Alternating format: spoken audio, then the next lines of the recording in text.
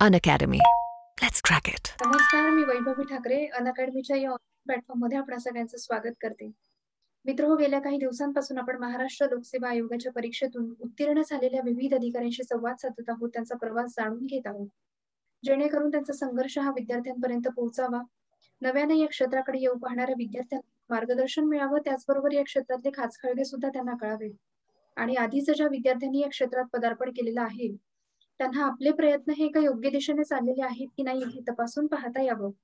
तसेच स्पर्धा परीक्षा करत असणाऱ्या विद्यार्थ्यांच्या मनात अनेक प्रकारचे प्रश्न असतात की नेमके आपण अभ्यासाला सुरुवात कुठून करावी, अभ्यासाचं नियोजन कसं असावं, प्रिव्हियस इयर क्वेश्चन पेपरचं अनालिसिस कसं करावं, कुठकुठली संदर्भ ग्रंथ आपण वापरायला हवीत, या आणि अशा अनेक प्रश्नांची उत्तरं आपण या टॉपरस्टॉकच्या माध्यमातून देण्याचा प्रयत्न करत आहोत. आणि आजच्या आपल्या या टॉपरस्टॉकमध्ये आपल्यासोबत आहेत 2019च्या राज्यसेवा मुख्य परीक्षेतून ज्यांची तहसीलदार या पदासाठी निवड झालेली आहे आणि युपीएससीच्या सुद्धा 3 मुख्य परीक्षांचा त्यांना अनुभव आहे, असे अक्षय रासवी. सर नमस्कार. नमस्कार मॅम. तुमचं खूप खूप अभिनंदन आणि आमच्या या प्लॅटफॉर्ममध्ये खूप स्वागत. Thank you very much. सर, मुलाखतीला सुरुवात करण्याआधी तुमची ओळख आम्हाला करून द्या. तुम्ही मूळचे कुठले, तुमचं बालपण कुठे गेलं, तुमची शैक्षणिक पार्श्वभूमी आणि तुमची कौटुंबिक पार्श्वभूमी याबद्दल आम्हाला सांगा. मी मूळचा अहमदनगर जिल्ह्यामध्ये जो जामखेड तालुका आहे तेथील खर्डा या गावचा आहे. माझं जे बालपण आहे तिथेच गेलं. 10वी पर्यंत शिक्षण मी खर्ड्यामध्ये जी शाळा होती माझी रयत शिक्षण संस्थेची, खर्डा इंग्लिश स्कूल खर्डा, ही तिथून घेतलं. त्यानंतर ज्युनियर कॉलेज, आपण ज्याला 11वी 12वी असं म्हणतो, ते मी अहमदनगर येथील new arts commerce and science college इथून कम्प्लीट केलं. त्यानंतर मी इंजिनिअरिंगसाठी पुण्यामध्ये आलो. इन्फॉर्मेशन टेक्नॉलॉजीमध्ये मी 2016 साली Shrimati Kashibai Navale college of engineering Pune इथून मी ती डिग्री कंप्लीट केली. माझे वडील हे जे आपले महाराष्ट्र बस सेवा आहे एसटी महामंडळ, त्यामध्ये कंडक्टर या पदावरती आहेत. आणि माझी जी आई आहे ती हाऊसवाईफ आहे आणि एक छोटा भाऊ आहे जो बीकॉमच्या लास्ट इयर आहे सध्या. ओके सर, मग ह्या स्पर्धा परीक्षांच्या प्रवासाला कशी सुरुवात झाली, नेमकं कोणत्या प्रेरणेनं तुम्ही ऍज अ करिअर म्हणून एक क्षेत्र निवडलं? स्पर्धा परीक्षा करणं असं माझं सुरुवातीपासूनच एकदम फिक्स होतं असं काही नव्हतं. म्हणजे ज्यावेळेस मी नगरला होतो 11वी 12वीला, त्यावेळेस मी एक रीडिंग जॉईन केली होती. तर तिथं मला थोडीफार माहिती मिळाली होती की हे एक असं करिअर आहे म्हणून, आणि त्याचे विषय काय काय असतात त्याबद्दल थोडीशी बेसिक माहिती होती. म्हणजे असं हेच करायचंय असं फिक्स नव्हतं माझं. आणि ज्यानंतर मग मी पुण्यामध्ये आलो इंजिनिअरिंगसाठी, त्यावेळेस मला या फील्ड बद्दल थोडी जास्त माहिती मिळाली. आणि ज्यावेळेस मग मी विचार केला की एक करिअर म्हणून मी काय, मला 20-30 वर्षांसाठी काय हवंय, हा ज्यावेळेस मी विचार केला, त्यावेळेस मला हे जे फील्ड आहे ते खूप मला भावलं की ह्या फील्डमध्ये मी काम करू शकतोय पुढची 20-30 वर्ष. म्हणजे तुम्हाला इथं एक डायरेक्टली तुम्ही लोकांच्या जीवनामध्ये काही बदल घडवू शकतात. आपल्या परीने काहीतरी तुम्ही डायरेक्टली करू शकतात. त्याचबरोबर एक इकॉनॉमिक स्टॅबिलिटी असते, सोशल स्टॅबिलिटी असते, डायव्हर्सिटी असते वर्कची. ह्या गोष्टी सर्व मला खूप आवडल्या आणि मला असं वाटलं की आपण याला ट्राय करायला हवा. पण ज्यावेळेस डिसाईड करत होतो त्यावेळेस परत आणखीन एक कन्फ्युजन होतं की फुल टाइम प्रिपरेशन करावं की जॉब करत करत करावं. म्हणजे कसं मला अनेक जण ज्यावेळेस होते त्यावेळेस अनेकांनी असं सांगितलं की तू आयटी मध्ये, त्यामुळे तुला एक चांगली कंपनी मिळून जाईल की जिथं सॅटर्डे संडे तुला पूर्ण सुट्टी असेल. त्यामुळे तू तसं पण प्रिपरेशन करू शकतो. आणि काही जण असे पण भेटले की ते म्हणले की तुला फुल टाइम प्रिपरेशन करणं बेटर राहील, कारण पार्ट टाइम मध्ये तू तेवढा इफेक्टिव्हली तुझं प्रिपरेशन करू शकत नाहीस, म्हणजे तू तेवढं तुझं 100% देऊ शकत नाही. त्यामुळे मी थोडं कन्फ्युज होतो. त्यामुळे मी एक थोडा असा विचार केला की आपण एक टाइम पिरियड ठरवू की ह्या टाइम पिरियड पर्यंत मी फुल टाइम प्रिपरेशन करेल आणि त्यानंतर मी माझं अनालिसिस करून घेईल की ठीक आहे आता इथपर्यंत आलोय मी, आता माझं सध्या परिस्थिती काय आहे आणि त्यानुसार मी पुढचा निर्णय घेईल की आता मला प्रिपरेशन कंटिन्यू करायला पाहिजे की पार्ट टाइम जॉब करत किंवा फुल टाइम जॉब करत प्रिपरेशन कंटिन्यू करायला पाहिजे, किंवा आणखीन एक काही ऑप्शन दुसरं चूज करून प्रिपरेशन करायला पाहिजे की प्रिपरेशनचं आता पूर्णपणे सोडूनच द्यायला हवं. म्हणजे मी एक टाइम पिरियड ठरवून ठेवला होता की ठीक आहे एवढं पिरियड झाल्यानंतर मी ठरवून घेईल की मला काय करायचंय ते नेमकं. त्यामुळं एक ज्यावेळेस माझं एक 2-2.5 वर्षाचं हे झालं होतं त्यावेळेस मी एक थोडंसं अनालिसिस केलं माझं आणि त्यावेळेस निर्णय घेतला होता की ठीक आहे आता मी थोडंसं एक जो प्री होती पुढची राज्यसेवेची त्यापुरतं मी विचार करेन. त्यामध्ये जर सक्सेस नाही आलं तर मग मी थोडं माझ्यासाठी जो आपण इकॉनॉमिक इंडिपेंडंट होण्यासाठी काही करावं ह्या हिशोबाने मग मी त्यावेळेस तो निर्णय घेतला होता. म्हणजे असा एक पूर्ण प्रवास सगळ्या गोष्टींचा थोडाफार विचार करूनच सुरू झाला होता. ओके. म्हणजे ह्या क्षेत्राकडे येताना सुद्धा ठरलेलं होतं, की मला मॅक्सिमम किती वर्ष या क्षेत्रासाठी द्यायची आहेत? हां, म्हणजे एक असं ठरलं होतं, की एक 2-2.5 वर्ष मी प्रिपरेशन करेल आणि त्यावेळेस मी ठरवलं, की माझी आत्तापर्यंत मी कुठे आलोय, म्हणजे माझं एक्झामचं अचिव्हमेंट काय आहे? मी इम्प्रूव्ह किती केलंय आणि त्यानंतर मी निर्णय घेईल. म्हणजे सर्व गोष्टींचा विचार करून, की आता फॅमिलीची कंडिशन कशी आहे? पूर्ण अजून प्रिपरेशन करू शकतोय का? की माझं मी म्हणजे जेवढं मला सक्सेस मिळत गेलंय, त्या हिशोबाने मला आणखीन प्रिपरेशन फुल टाईम करायला हवं, की आता काहीतरी मला एक हे होत नाहीये, की इथे सक्सेस मिळत नाहीये आणि मला माझी प्रोग्रेस पण दिसत नाहीये. तर मग मला दुसरं काहीतरी जॉब बघायला हवा का? म्हणजे हे त्यावेळेस फक्त एवढं ठरवलं होतं, की 2-2.5 वर्षांनी मी माझं एक थोडं अवलोकन करून घेईल, की आता काय करायला हवं ते. ओके. सर मग ह्या परीक्षांसाठी तुम्ही मार्गदर्शन कसं मिळवलं? काही कोचिंग घेतलं होतं का? आणि कोचिंगचा या संपूर्ण प्रोसिजरमध्ये किती रोल असतो? मी यू-पी-एस-सीचं प्रिपरेशन स्टार्ट केलं होतं आणि यू-पी-एस-सीच्या प्रिपरेशनसाठी मी कोचिंग घेतली होती पुण्यामध्येच. सिनर्जी स्टडी पॉइंट म्हणून आहे तिथून. आणि म्हणजे कोचिंगचा एक तुम्हाला फायदा असा असतो, की तुम्हाला जे सुरुवातीला इनिशियल स्टार्ट करण्यासाठी, जे तुम्हाला आता एक कसं असतं, की आपण ज्यावेळेस एखाद्या रोडवरून प्रवास करतो, त्या रोडवरती आपल्याला बोर्ड लिहिलेले असतात. कोणतं गाव कुठं जातंय, किती किलोमीटरवरती. तर मला वाटतं कोचिंग सेंटर जे आहेत ना, हे तुम्हाला तसंच मदत करतात, की तुम्हाला फक्त ते सांगतात, की इथून तुमचं 20 किलोमीटरवरती तुमचं हे गाव आहे. पण तुम्हाला प्रवास तो स्वतःच करायचा आहे. मग ते एक फक्त तुम्हाला डायरेक्शन दाखवणार, डिस्टन्स किती आहे ते सांगणार. बाकी तुम्हाला प्रवास तो स्वतःच करायचा आहे. बाकी मग हा एवढा एक कोचिंग क्लासेसचा तुम्हाला सुरुवातीच्या प्रिपरेशनमध्ये नक्कीच फायदा होतो. बाकी तुम्हाला प्रिपरेशन हे स्वतःच करावं लागतं. ओके. सर आता तुम्ही म्हणालात, की म्हणजे तुम्हाला यू-पी-एस-सीचा सुद्धा एक्सपिरियन्स आहे. तुम्ही 3 मुख्य परीक्षा दिलेल्या आहेत. तर जेव्हा एखादा विद्यार्थी स्पर्धा परीक्षा करायचं ठरवतो, तर सुरुवातीच्या काळात तो यू-पी-एस-सी आणि एम-पी-एस-सी अशा दोन्ही परीक्षांसाठी सायमल्टेनियसली प्रिपेअर करू शकतो का? इक्वली फोकस देऊन? ॲक्चुअली माझं आता मी ज्यावेळेस ठरवलं होतं, की एम-पी-एस-सीचा अटेम्प्ट द्यायचा होता. तर हे गोष्ट एक क्लिअर होती माझ्या डोक्यात, की मला एकच करायची कोणची तरी. मी दोन्हीला इक्वली तेवढा टाईम देऊ शकत नाही किंवा इक्वली, कारण दोन्ही एक्झामची डिमांड वेगळी आहे. तुम्ही जर यू-पी-एस-सीचा विचार केला, तर तुम्हाला मेन्स ही पूर्ण डिस्क्रिप्टिव्ह आहे. तुम्हाला त्या रायटिंग स्किल पाहिजेत. तुम्हाला ते डिस्क्रिप्टिव्ह लिहिण्याची जी आपली कॅपॅसिटी असते, जी शैली असते, ती तुमची डेव्हलप झालेली पाहिजे. तुम्हाला ओव्हरऑल सर्व सब्जेक्टचं एक एनालिटिकल नॉलेज ग्रास्प झालं पाहिजे. तुम्हाला तुमचं ऑप्शनल व्यवस्थित डेप्थमध्ये पाहिजे. करंट अफेअर्सवर तुमची कमांड पाहिजे. त्यामुळे ती एक वेगळी डिमांड आहे यू-पी-एस-सीच्या एक्झामची. आणि ज्यावेळेस आपण राज्यसेवेचा विचार करतो, त्यावेळेस तुम्हाला ऑब्जेक्टिव्हली सॉल्व्ह करायचे असतात आणि त्याची डिमांड थोडी वेगळी असते. त्यामुळे माझं हे सुरुवातीला क्लिअर होतं, की मला ज्यावेळेस मी ठरवलं, की आता यावेळेस आपण एम-पी-एस-सीचा अटेम्प्ट सिरियसली द्यायचा, त्यावेळेस हे मी फिक्स होतं, की मी दोन्ही वरती काम करणार नाहीये. म्हणजे असं अनेकदा होतं, की भरपूर जण दोन्ही एक्झाम देतात आणि दोन्ही एक्झामच्या इंटरव्ह्यू पर्यंत जातात. पण कुठं एक पोस्ट शेवटी जी आपण ज्याच्यासाठी हे दोन्ही करायचं ठरवतो, की कुठेतरी पोस्ट मिळावे आपल्याला. तर ते होत नाही. त्यामुळे मग मला पर्सनली असं वाटतं, की कोणत्यातरी एकाच याच्यावरती फोकस करायला हवा. कारण दोन्ही एक्झामच्या डिमांड ह्या वेगवेगळ्या आहेत. ओके. सर आता आपण थोडंसं एक अभ्यास पद्धती आणि परीक्षा पद्धती या गोष्टींकडे येऊया. जर राज्यसेवा पूर्व परीक्षेचा विचार आपण केला, तर त्यात सी-सॅटमध्ये मॅथेमॅटिक्सच्या विद्यार्थ्यांना फार भीती वाटत असते आणि त्यातही हो, स्पेसिफिकली हो. जर आपण विचार केला, तर एक परमिटेशन, कॉम्बिनेशन, प्रोबॅबिलिटी यासारख्या चॅप्टर्सला विद्यार्थी खूप घाबरतात. तर मग नेमकं ह्या चॅप्टर्सची विद्यार्थ्यांनी तयारी कशी करावी किंवा त्यातले काही ईझी न्यूमरिकल्स विद्यार्थी प्रिपेअर करू शकतात का? किंवा हा घटक जर स्किपच केला विद्यार्थ्यांनी तर चालेल का? आता माझं जे पर्सनली आता इंजिनिअरिंग जरी बॅकग्राऊंड असलं तरी माझं मॅथ रिझनिंग खूप स्ट्रॉंग आहे असं काही नाहीये. म्हणजे रिझनिंग तरी ॲटलीस्ट मी कव्हर करू शकतो. पण मॅथचं माझे पण क्वांटिटेटिव्ह आपण ॲप्टिट्यूड ज्याला म्हणतो, ते माझं पण खूप वीक आहे.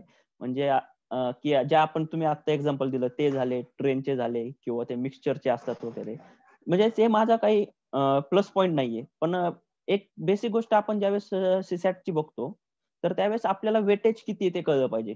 की 25 क्वेश्चन हे या गोष्टीवरती असतात मॅथ रिझनिंगवरती. त्यात पूर्ण मॅथचे प्युअर जर आपण मॅथचा विचार केला, तर ते 7-8 क्वेश्चन असतात. त्यापेक्षा मॅक्स क्वेश्चन नसतात. आणि मग त्यामध्ये आपण प्रिपरेशन असं करू शकतो, की जे आपल्याला ईझी टॉपिक वाटतात. त्या ईझी टॉपिकची आपण प्रिपरेशन करून ठेवू शकतो. आता एक सी-सॅटचा असा विषय आहे, की आपल्याला टाईम मॅनेजमेंट खूप महत्वाचं आहे. तर मग जर एखादं आपल्याला जो आपलं प्लस पॉईंट आहे. जसं की माझं कॉम्प्रिहेन्शन होतं आणि रिझनिंग होतं. तर मी ते पहिल्यांदा करून घेत असं आणि मॅथ्ससाठी जे क्वेश्चन होते ते जर टाइम परमिट केला मला तर ते मी करत असं. त्यात पण अजून एक गोष्ट कशी होती की काही टॉपिक मी जे असे काढले होते की जे मला सुटत नाहीयेत हे मला कळलं होतं. जसं की हे मिक्सचरचे असतात एक्झाम्पल ते झाले किंवा अजून ते फोल्डिंग असतात की फोल्ड केल्यानंतर ही आकृती कशी दिसेल वगैरे. हे मला माहित होतं की हे मला सुटत नाहीयेत किंवा सोडवायला जर गेलो तर मला खूप वेळ लागतो. तर मी हे असे टॉपिक काढून ठेवले होते की एक्झाम मध्ये जर हे आले तर मी हे स्किप करणार आहे आणि जर मला वेळ भेटला तर मी ते कव्हर करणार आहे. आता मी आता 19च्या अटेम्प्टला मी फक्त जे 25 क्वेश्चन होते त्यातले फक्त 9 क्वेश्चन सॉल्व्ह केले होते. बाकी पूर्ण त्यातले पैकी बाकी जे हे राहतात बाकीचे क्वेश्चन त्याने मी कव्हरच केले नव्हते. पण ते 9 क्वेश्चन मी परफेक्ट केले होते आणि त्या 9चे मार्क मला मिळाले होते. आणि त्यामध्ये मोस्टली सगळे मॅथ रिझनिंगशी संबंधित होते. आणि जे आपण म्हणजे आता स्टेटमेंट बेस्ड क्वेश्चन जे येतात की निष्कर्ष काय येईल किंवा दोन सत्य दिलेले आहेत तर त्या टाईपचे क्वेश्चन होते. मॅथ बेस्ड क्वेश्चन मी क्वचित एखादा किंवा दुसरा सॉल्व्ह केलेला असेल. पण असं नव्हतं की मी प्रिपेअर करून नव्हतो गेलो असं नव्हतं. मी प्रिपेअर करून गेलो होतो. त्यासाठी मी एक अशी पद्धत वापरली होती की आयोगाला जे क्वेश्चन येऊन गेलेले आहेत ते क्वेश्चन सॉल्व्ह करायचे. त्याची मी मेथड काढली. ती मेथड एकदा लिहून घ्यायची आणि आणखीन 3-4 एक्झाम्पल आहेत त्या टाईपचे ते सॉल्व्ह करायचे आणि ते सगळं बंच एका ठिकाणी ठेवायचा. मग एक पर्सनल नोट्स सेट जी असते ती मी करून ठेवली होती. आणि त्याचबरोबर असे टॉपिक काढले होते की जे मला खूप डिफिकल्ट आहेत किंवा असे टॉपिक जे होते की मला सॉल्व्ह करायला त्यांना खूप वेळ लागतोय. हे असे टॉपिक मी काही काढून ठेवले होते. म्हणजे त्यावेळेस मग ते मी स्ट्रॅटेजी ठरवून ठेवली होती की सीसॅटची की मला अटेम्प्ट नाही पूर्ण करायचा आहे. पण टाइम मिळाला तर जे माझे वीक पॉईंट आहेत त्यातला मी अटेम्प्ट करेन. ओके. तर माझा पुढचा प्रश्न हा नियोजनासंदर्भात आहे. म्हणजे बऱ्याच ह्या संपूर्ण प्रोसिजरमध्ये नियोजन खूप महत्वाचं आहे. परीक्षेच्या 15 दिवस आधीचं, एक महिन्या अगोदरचं नियोजन याबद्दल बऱ्याच ठिकाणी मार्गदर्शन सुद्धा होतं किंवा बोललं सुद्धा जातं. पण मला विचारायचं असं आहे की नेमकं त्या परीक्षेच्या दिवसाचं तुमचं नियोजन कसं असलं पाहिजे? ते टेम्परामेंट मॅनेजमेंट तुम्ही कसं करायला हवं? 2 पेपरच्या मध्ये जो वेळ मिळतो त्या वेळात विद्यार्थ्यांनी काय करायला हवं याबद्दल तुम्ही काय सांगाल? माझं वैयक्तिक असं होतं की मी जे 2 पेपरचा किंवा पेपरच्या दिवशी असेल म्हणजे त्याआधी एक गोष्ट मी नमूद करू इच्छितो की पॉवर ऑफ व्हिज्युअलायझेशन म्हणून एक कन्सेप्ट असतो बघा. मी काय करत असेल की ज्या दिवशी माझा एक्झाम आहे किंवा जो 2-3 दिवस एक्झाम आहे, तर मी तो दिवस आहे तो मी 15-20 दिवस अगोदरपासून तो व्हिज्युअलाइज करत असेल, की म्हणजे त्या दिवशी मी काय करणार आहे किंवा माझ्यासोबत काय होणार आहे, की मी सकाळी उठलो जर एक प्रिलिम्सचा पेपर आहे तर मी जाणार कसं तर मी गेलो नाश्ता करणार आहे, चहा वगैरे कुठं घेणार आहे, मी सेंटरला गेलोय, मी तिथं काय करणार आहे त्या गोष्टी, पेपरमध्ये आलोय, मी पेपर घेतलाय माझा, चेक केला मी, पेपर बघितलाय मी. आता मग 2-3 स्ट्रॅटेजीज ठरवलेल्या आहेत मी एक्झामला. इझी असेल तर असं हे करायचंय, पहिल्यांदा काय करायचंय. त्यानंतर मी पेपर दिलाय, मग मधला गॅप आहे, नंतर परत पेपर. तर मी ह्या दिवशी पूर्ण मी काय करणार आहे, हे मी आधी ठरवून घ्यायचो एक 20 ते 25 दिवस अगोदर. आणि त्यानंतर मग मी ते व्हिज्युअलाइज करायचो. रोज एक 10-15 मिनिट मी ते व्हिज्युअलाइज करायचो की या दिवशी मी असं करतोय आणि हा माझा क्रम आहे. मग याचा मला फायदा असा व्हायचा की ज्यावेळेस मी ऍक्च्युअल त्या सिच्युएशन मध्ये जायचो तर त्यावेळेस मला असं फील व्हायचं की मी हे केलेलं आहे अगोदर. म्हणजे तो एक कम्फर्ट माझा क्रिएट व्हायचा की ठीक आहे ही गोष्ट मी केलेली आहे अगोदर. त्यामुळे जे एन्झायटी आपण म्हणतो किंवा अननेसेसरी टेन्शन येतं ते थोडं काही प्रमाणात कमी होऊन जातं. म्हणजे हे मी ठरवून घ्यायचो अगोदर की मला ह्या दिवशी जे आहे ते माझं हे असं पूर्ण एक्झाम देईपर्यंत शेड्यूल असणार आहे. आणि मग ते मी एक 10-15 दिवस व्हिज्युअलाइज करायचो. आता दुसरी गोष्ट की एक्झामच्या दिवशी आपण काय म्हणजे त्या दिवशीचा प्लॅन कसा असणार आहे. माझं वैयक्तिक असं असायचं की मी त्या दिवशी जास्त रीडिंग करत नसे किंवा काही जास्त वाचत नसे किंवा 2 फ्रीच्या बाबतीत तर जो 2 गॅप असतो त्यामध्ये मी फक्त जर फॉर्म्युले वगैरे असतील जी मी मागे मेन्शन केलं सीसॅटची एक छोटीशी नोट्स स्वतःची बनवायची. तेवढी फक्त मी एक चेक करून घेत असे 15-20 मिनिटामध्ये. बाकी मी काही रीड करत नसे. मेन्सच्या बाबतीत जर सांगायचं झालं तर आता सपोज GS4चा पेपर आहे. जो आता GS4चा पेपर सेकंड हाल्फ मध्ये असणार दुसऱ्या दिवशी. त्यामुळे GS3चा पेपर झाल्यानंतर मग GS4चं मला काय करायचंय? तर मग माझे एक फक्त स्पेसिफिक टॉपिक असायचे की मला सायन्स अँड टेक मधलं हे बघायचंय. किंवा मी ज्या काही शॉर्ट नोट्स काढलेल्या आहेत. म्हणजे ज्या शॉर्ट नोट्स की त्या अशा असायच्या की फक्त एक शब्द आहे त्याच्या प्रत्येक टॉपिक बाबत किंवा 2-3 शब्द येतं. मग ते फक्त मी तेवढं बघून घ्यायचो एक 15-20 मिनिट किंवा अर्धा तासाच्या पिरियडमध्ये. माझं वैयक्तिक असं होतं की मी जास्त रीड करत नव्हतो आणि प्लॅनिंग त्या दिवसाची मी तुम्हाला सांगितलं की जी अगोदर मी पूर्ण करायचो, की जी सकाळी सुरुवातपासून असायची, की मी उठल्यापासून काय करणार आहे आणि त्यानंतर एक्झामचा तो पेपर सबमिट करेपर्यंत. म्हणजे ती प्लॅनिंग फक्त पेपर पुरती नसायची तेवढ्या, की त्या 2 तासात करायचंय, काय करायचंय. ते तर खूप इम्पोर्टंट आहेच की त्या 2 तासात तुम्ही काय करतायत, तिचं प्लॅनिंग खूप इम्पोर्टंट आहेच. पण त्याबरोबर ही एक प्लॅनिंग असायची माझी, की सकाळपासून ते पेपर सबमिट करेपर्यंत मी काय-काय करणार आहे. ओके.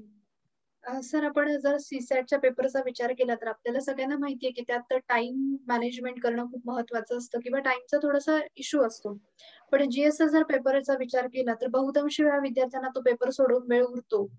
तर हा उरलेला वेळ विद्यार्थ्यांनी पेपरसाठीच युटिलाइज करावा की अजून मग कन्फ्युजन न वाढवता आपला एक सर्टन अटेम्प्ट अचीव्ह झाल्यानंतर पेपरकडे न बघणं प्रेफरेबल असेल. तुम्हाला काय वाटतं? कन्फ्युजनचं असतं खूप. आता एक कसं असतं, की काही मेथड जे फॉलो करतात वेगवेगळ्या. काही जण अटेम्प्ट केल्यानंतर लगेच जो आपल्याला सर्कल करून घ्यायचा असतो ते करून घेतात किंवा काही जण एकदा पूर्ण पेपर हे करतात आणि मग त्यानंतर डिसाईड करतात. माझ्या बाबतीत असं होतं, की मला असं वाटायचं, की जर मी नंतर सर्कल करायचं ठेवलं, तर माझं कन्फ्युजन वाढेल, की मला असं वाटू शकतं, की नाही पुढचा क्वेश्चन किंवा असं वाटू शकतं, की मी जे अगोदर ॲन्सर हे केलंय, ते चुकीचं असू शकतं किंवा सेकंड थॉट काही येऊ शकतो. तर मी काय करायचो, की क्वेश्चन सॉल्व्ह केल्यानंतर ते लगेच मार्क करून घ्यायचो आपल्या OMR शीटवरती. मग त्या डिसएडव्हांटेज असा असतो, की काहींना असं वाटतं, की आपल्याला नंतर काही आठवू शकतं, जे आपल्याला करेक्ट आहे ते. तर मग ते प्रत्येकावरती इंडिव्हिज्युअली डिपेंड करतं. माझी तशी मेथड होती आणि त्यानंतर मग एक सर्टन अटेम्प्ट असतो, की तो आपल्याला माहीत असतो, की हा शुअर शॉट अटेम्प्ट आहे आपल्यासाठी. काहींचा 80 ते 85 असतो, काहींचा 85 ते 90 असतो. काही जण पूर्ण 100 पण अटेम्प्ट करतात. मला वाटतं तो तुम्ही तुमचा अटेम्प्ट ठरवून घ्यावा आणि तो अटेम्प्ट झाल्यानंतर मग तुमच्याकडे जर टाईम उरत असेल आणि जर तुम्हाला काही क्वेश्चन बघितल्यानंतर जर तुम्हाला वाटतं, की ठीक आहे मी 1-2 क्वेश्चनची रिस्क घेऊ शकतो किंवा खरंच तुम्हाला काही जेन्युइनली आठवलं त्या क्वेश्चनबद्दल, तर तुम्ही तो अटेम्प्ट करायला पाहिजे. नाहीतर मग जो आपला एक सिक्युअर अटेम्प्ट आहे, आपण जो ठरवलेला आहे, तो जर अचीव्ह झाला, तर त्यानंतर मग काही सॉल्व्ह करायला किंवा परत विनाकारण रिस्क घ्यायला काही हरकत नाही. म्हणजे तसं करू नये असं माझ्या मते. ओके. सर ह्या संपूर्ण प्रोसिजरमध्ये एक प्रिव्हियस इयर क्वेश्चन पेपरचं अनालिसिस करणं खूप महत्त्वाचं असतं असं सगळ्यांकडून सांगितलं जातं, की त्यामुळे आपल्याला एक पेपरचा ट्रेंड कळतो.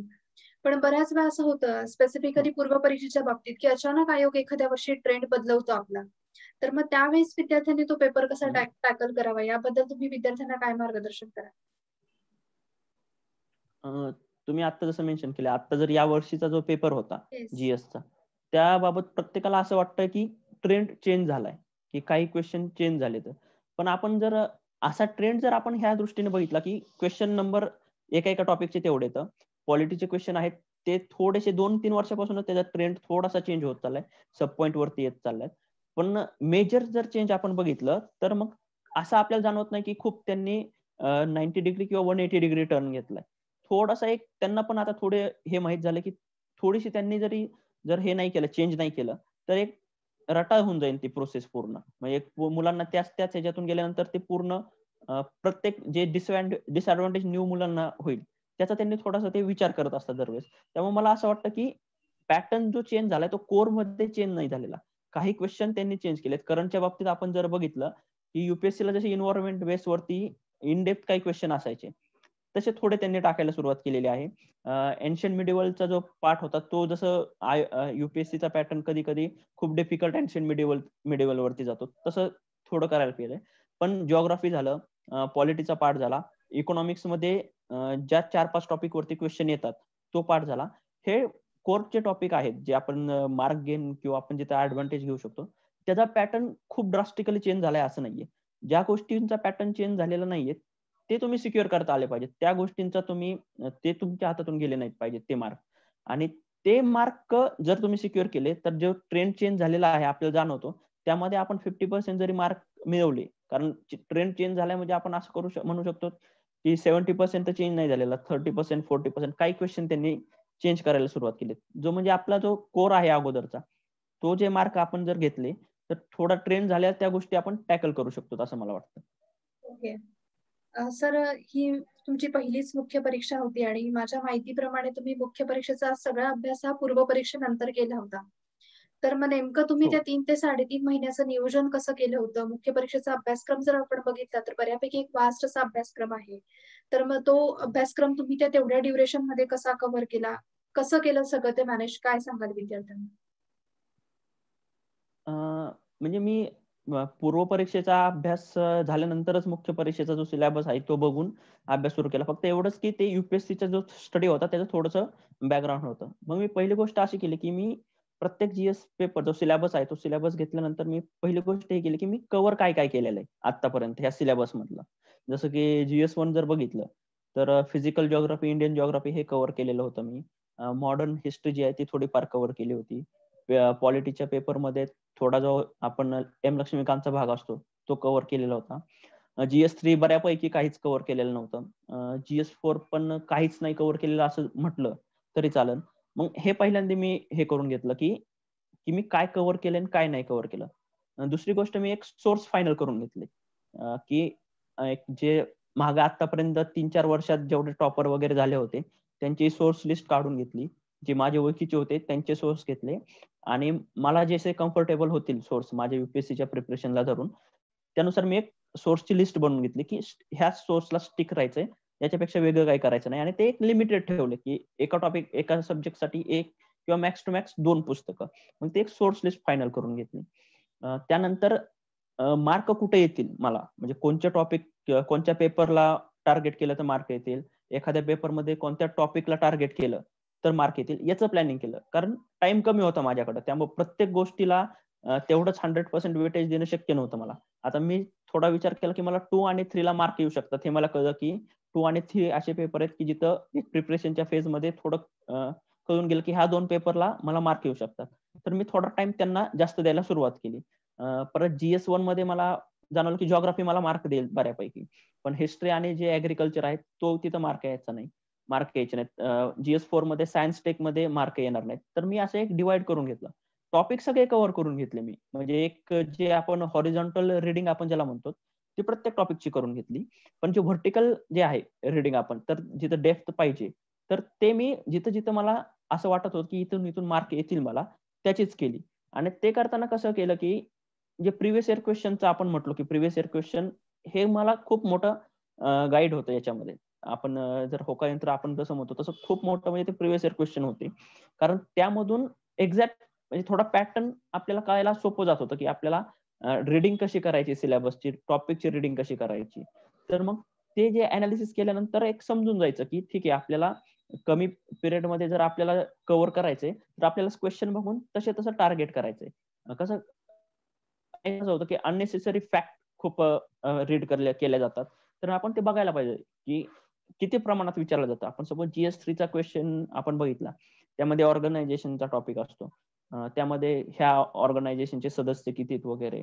तर मग ते जर आपण नीट ऑब्झर्व्ह केलं, तर आपल्याला असं जाणवतं, की जर एखाद्या याचे 60-65 दरम्यान आहेत सदस्य एखाद्या ऑर्गनायझेशनचे.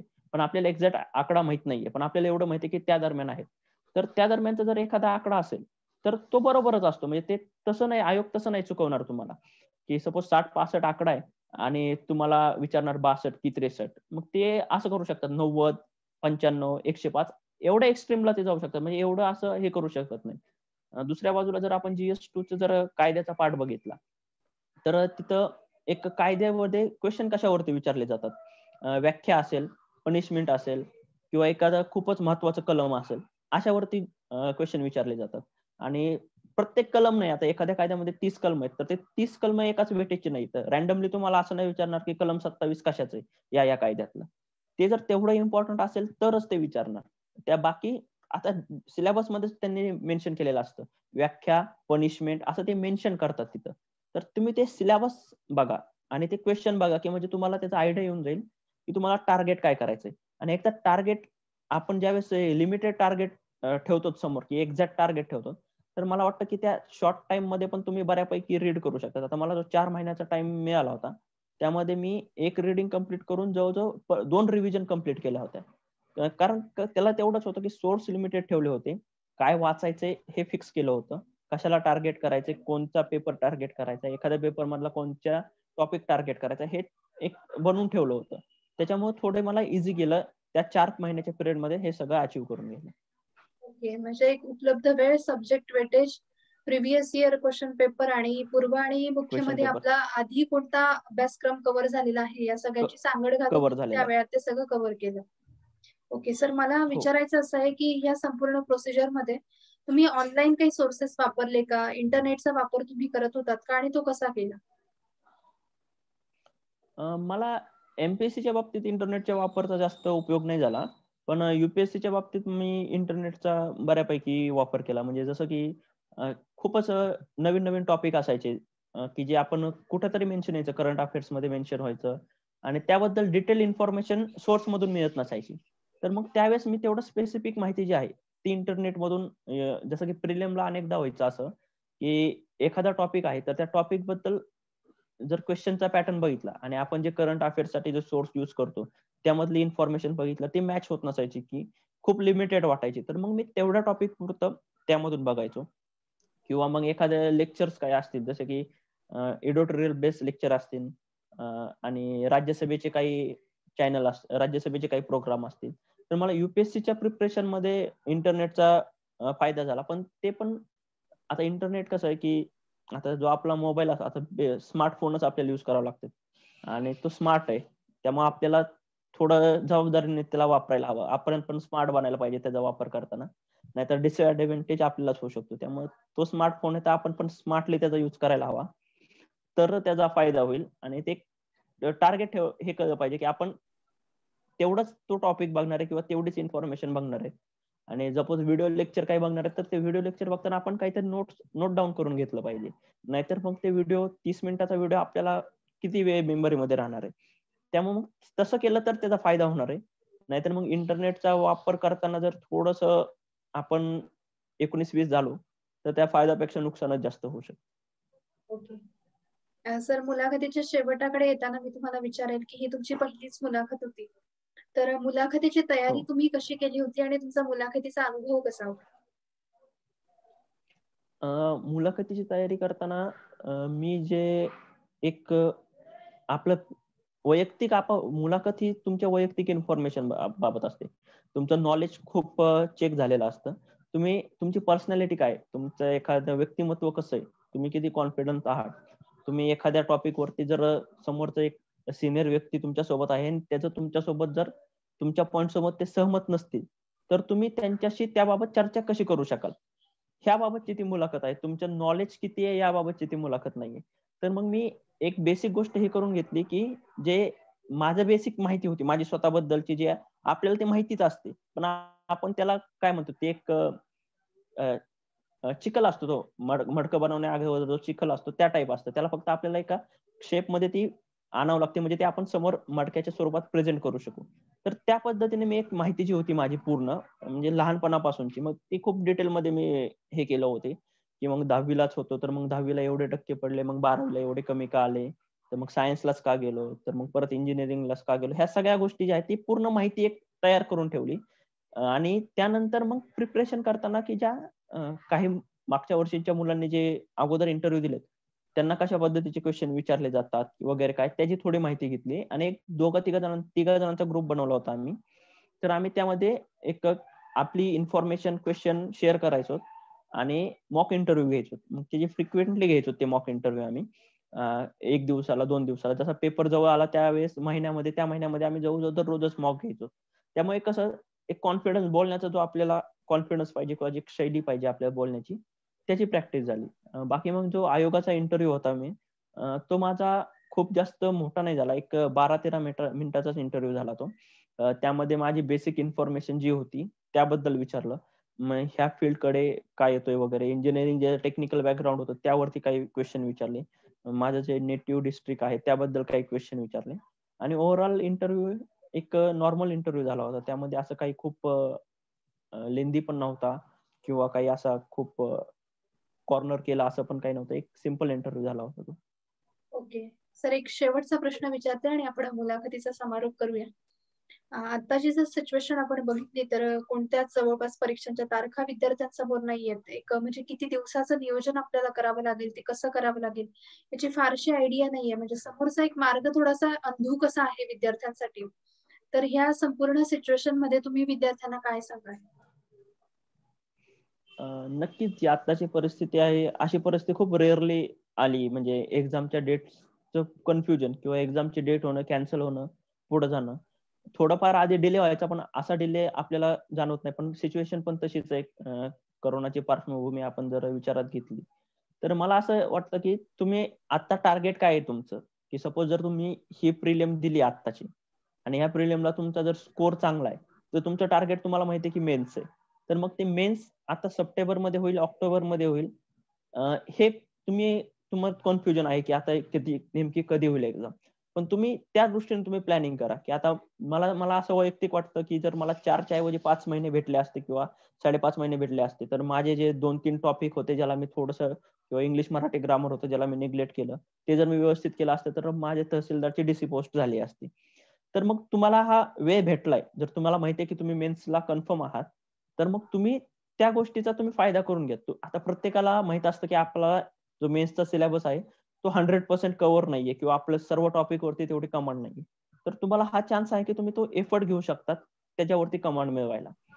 दुसरी गोष्ट, ज्यांना माहिती की आपली प्री आता आपण फेल झालेलो आहोत, पण त्यांना माहिती की आपण प्रिपरेशन करणार येतो, पुढे आपल्याला प्रिपरेशन कंटिन्यू ठेवायचंय, तर त्यांना पण तुमच्या मेन्सच्या प्रिपरेशनसाठी हा एक चांगला पिरियड आहे की तुम्ही प्रिपरेशन करू शकता. प्रॉब्लेम अशा मुलांचा आहे की जे एक लिमिटेड टाइम होता किंवा टाइम पिरियड होता 3-4 वर्ष, तो झालाय त्यांचा आणि मग त्यांचं आता कन्फ्युजन आहे. तर मग मला अशा मुलांना हे सांगायचं की तुम्ही तुमच्या परिस्थितीचं अवलोकन करून घ्या. तुमची सध्याची कंडिशन काय? तुम्ही कंटिन्यू करू शकता का? तुमची फॅमिली बॅकग्राऊंड कसं आहे? तुमच्या अभ्यास करण्यात तुमचा स्वतःचा इंटरेस्ट किती राहिलाय? तुम्ही 3-4 वर्ष परीक्षा दिल्यात, तुमचं सक्सेस काय? तर ह्या सगळ्या गोष्टींचा विचार करा. आणि जर तुम्हाला असं वाटत असेल ना की आपण जेवढं इनपुट देतोय तसं आउटपुट नाहीये आपल्याला, तर तुम्ही जर तुमची इच्छा असेल आता आणि तुम्हाला वाटत असेल की परिस्थिती अशी आहे, तर तुम्ही प्लॅन बी चा तुमचा विचार करू शकता.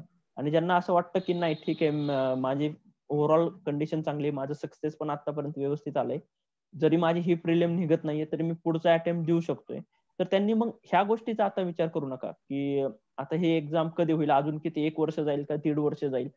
काही काही जण मला असे म्हणत होते की म्हणजे प्रिपेअर होतं की आता तुमचं पास होऊन पण उपयोग होतोय, जॉईनिंग एवढ्या लेट होत आहे, जॉईनिंगच मिळत नाही. म्हणलं ती गोष्ट आता ती थोडी आउट ऑफ ठेवा ना, ती तुमच्या हातातली गोष्ट नाही. म्हणजे यावर्षी जॉईनिंग एवढी डिले झाली, म्हणजे पुढच्या वेळेस पण 2 वर्षच लागते ना असं नाहीये. तो आधी तुझा अभ्यासाचा भाग आहे तो तर कव्हर करून घे ना, जॉईनिंगचा नंतर विचार कर ना. तर मग ह्या सगळ्या गोष्टींचा तुम्ही विचार करा. तुम्ही कोणत्या स्टेजला आहे स्वतः बघा. तुमचं तुमची कंडिशन काय ती बघा आणि त्यानुसार निर्णय घ्या. अर्थातच. आणि परीक्षा एक ना एक दिवस होणारच आहे. तुमच्या जॉईनिंगचा विषय म्हणता तर जॉईनिंग पण एक ना एक दिवस येणारच आहे. विद्यार्थी मित्र येऊन जावे अक्षय एवढंच लवकर. अक्षय रासणी सरांनी आपल्याला अतिशय एक मोलाचा सल्ला दिलेला आहे की सध्या सिच्युएशन मध्ये आपण आपल्या एक परिस्थितीचं अवलोकन करून पुढचा निर्णय घेतला पाहिजे. आणि तसंच एक परीक्षेसाठी पण परीक्षेच्या प्रोसेसमध्ये पण विविध घटकांबद्दल त्यांनी आपल्याला मार्गदर्शन केलेलं आहे की युपीएससी आणि एमपीएससी या दोन्ही परीक्षा तुम्ही इक्वली फोकस करू शकतात का, किंवा सीसॅट मध्ये परमिटेशन कॉम्बिनेशन असेल, प्रोबॅबिलिटी असेल, यासारख्या घटकांचा अभ्यास कसा करावा.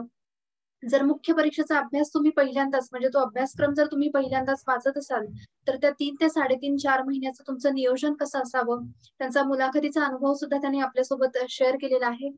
सर, तुम्ही आमच्या या प्लॅटफॉर्म मध्ये सहभागी झालात, तुमचा अमूल्य वेळ तुम्ही आम्हाला दिला, त्याबद्दल तुमचे खूप खूप आभार आणि तुमच्या पुढील वाटचालीस अनअकॅडमीकडून खूप शुभेच्छा. थँक्यू. अनअकॅडमीचे पण मी आभारी आहे. नमस्कार विद्यार्थी मित्रांनो, आत्ताचा इंटरव्ह्यू जो मुलाखत घेण्यात आली आहे तो व्हिडिओ तुम्हाला आवडला असेल. सर्व काही तुमच्यापर्यंत आम्ही सोपवण्याचा प्रयत्न करत आहोत. याच व्हिडिओच्या खाली एक अनअकॅडमीची लिंक दिलेली असणार, जिथून तुम्ही ॲप डाउनलोड करू शकता. त्या ॲप मध्ये तुम्हाला सर्व काही फ्री ऑफ कॉस्ट खूप काही कंटेंट भेटणार आहे.